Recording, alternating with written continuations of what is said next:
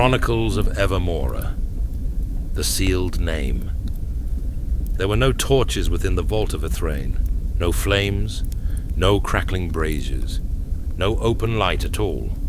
The archive did not need them. The walls themselves remembered. Soft currents of pale blue Phora drifted through towering crystal-veined stone, like slow-moving breath beneath water. Echora tablets lined endless circular halls descending deep beneath the mountains of the Kovani territories, each one humming with faint memory song. Some whispered softly, others remained silent, sleeping, waiting. The Aurascribes believed memory itself was alive, not metaphorically, truly alive, and living things could be wounded. Archivist Seraphel moved silently through the lower halls. Tall even for a Kovani, his skin carried faint silver-violet markings beneath the dim glow of drifting Phora. His robes were layered in thin crystal thread fabrics that shifted softly with motion, and behind him, his twin tails moved with slow precision, their hardened black spikes never once scraping the stone. Near the base of each tail, the smaller secondary hands adjusted crystal seals hanging from his belt. Careful, measured, everything Aurascribes did was deliberate. Around him floated dozens of suspended Echora shards, fragments of preserved memory. Entire generations slept inside them. Wars, songs, names, grief, love, extinction, truth. Seraphel reached one hand toward a hovering crystal. The shard pulsed gently. A soft voice touched his thoughts. Not present, not alive, an old memory. Do you believe memory can die? Another voice answered from within the shard. No, but it can be buried deeply enough that the living fear digging for it. Seraphel closed the memory gently. His expression darkened. Something felt wrong. Not emotionally wrong. Structurally wrong. The Phora currents were shifting, unevenly. His thoughts narrowed immediately. Selective veiling, the second mind gate. The endless noise of surrounding minds faded. Distant Aurascribes disappeared from his awareness. The archive itself quieted. Only the disturbance remained. Then, movement. Far below. Seraphel's eyes lifted slowly toward the deeper descent spirals. No visitor paths existed beneath the seventh vault. No outsiders knew the lower passages. And yet, someone was there. The Phora drift changed again. Not aligned. Forced. Seraphel's tail stiffened. The smaller tail hands tightened around the crystal seals at his waist. Then, the first body fell from above. An Aurascribe attendant crashed violently onto the stone bridge below, blood spreading across pale robes. Alive. Barely.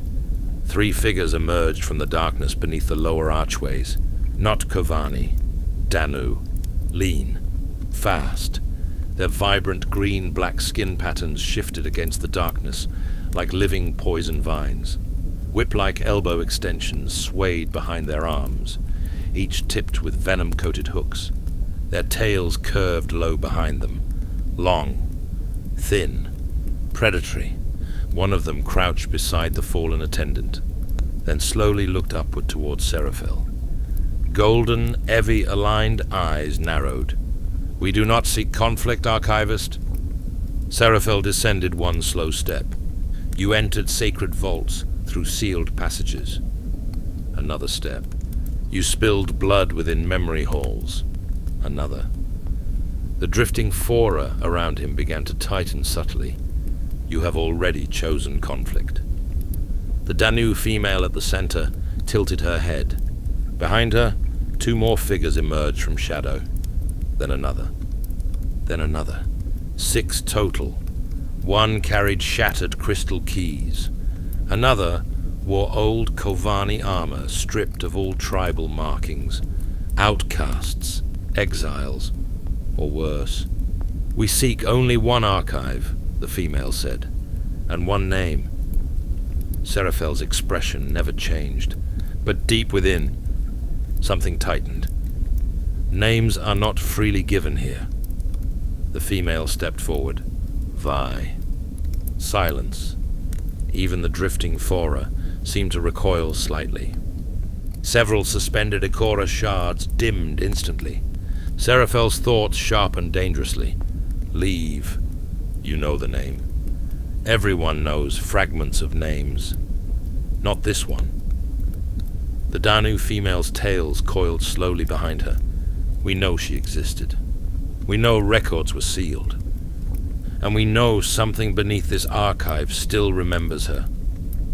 The air changed. Not temperature, pressure. The floating Phora currents around Seraphel suddenly stopped moving entirely. Every shard froze mid-air. The surrounding silence deepened unnaturally. The Danu intruders noticed immediately. Fear touched several minds. Small. Instinctive. Because every Aura scribe knew one terrifying truth about their order.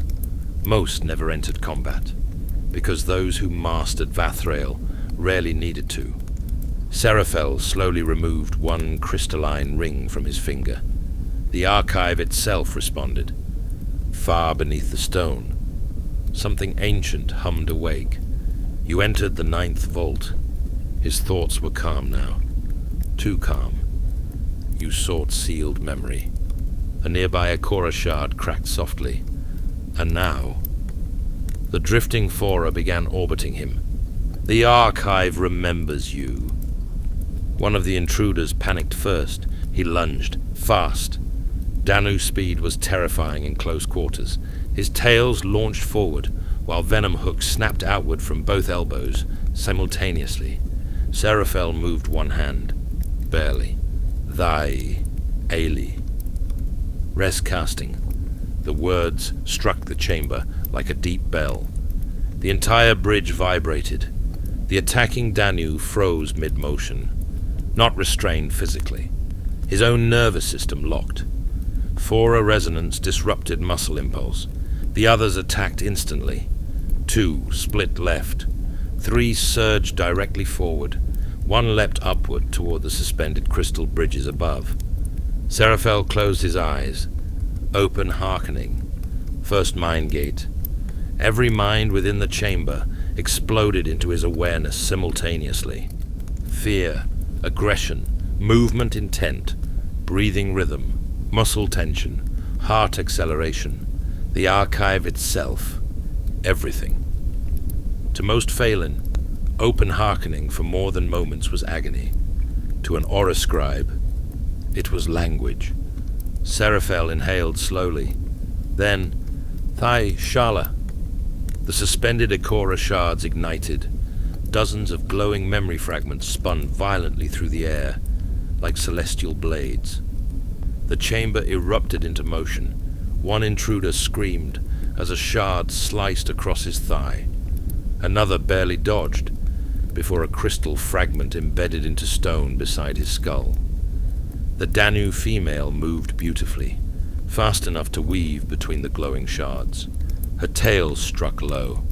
One spike pierced Seraphel's outer robes, but stopped instantly. Phora barriers shimmered beneath the fabric, layered, invisible until impact. Her eyes widened, too late. Seraphel's tails moved, not like a warrior, like precision instruments. One tail wrapped around her forearm. The second intercepted her lower tail strike. Then the smaller tail hands locked onto pressure points near her wrist. Controlled, exact. He leaned close. You came searching for Vi. The surrounding Phora intensified dangerously. You should have asked why her records were sealed. Another attacker charged from behind. This one Kovani, large, armored. A stolen Phora blade ignited in his grasp. Seraphel finally opened his eyes fully, and for the first time, true casting began. The air screamed. Every floating shard in the chamber stopped instantly, then rotated toward the intruders. Hundreds. The archive awakened completely. Walls hummed, Ancient memory song echoed through the stone. The entire chamber vibrated with layered voices from centuries past. Seraphel spoke, perfect speech, soft, sacred, beautiful. There Vathri Halo. True casting. The words did not sound spoken. They sounded remembered. The chamber detonated with resonance. A shockwave of compressed Phora exploded outward. Not fire, not lightning, memory itself. The intruders collapsed instantly. Visions flooded them. Fragments from countless Echora. Wars, deaths, ancient screams. Moonlight, Noctira, the drowning weight of preserved centuries. Several cried out in panic. One vomited. Another clawed at his own mind, trying to veil himself too late. The Kovani attacker dropped his blade immediately. Blood streamed from his nose. "Make it stop!" Seraphel stood motionless at the center of the storm. Calm, controlled, absolute. Then everything stopped. Instantly, silence returned. The intruders trembled on the stone floor, broken not physically, but mentally overwhelmed. The Danu female stared upward weakly, fear now fully open within her thoughts. "What was that?" Seraphel looked down at her. The drifting Phora slowly calmed around him. That, his thoughts echoed softly through the vault, was only the outer gate. Then his expression darkened, just slightly. "Now tell me." The surrounding Echora dimmed ominously. "Who sent you searching for Vi?"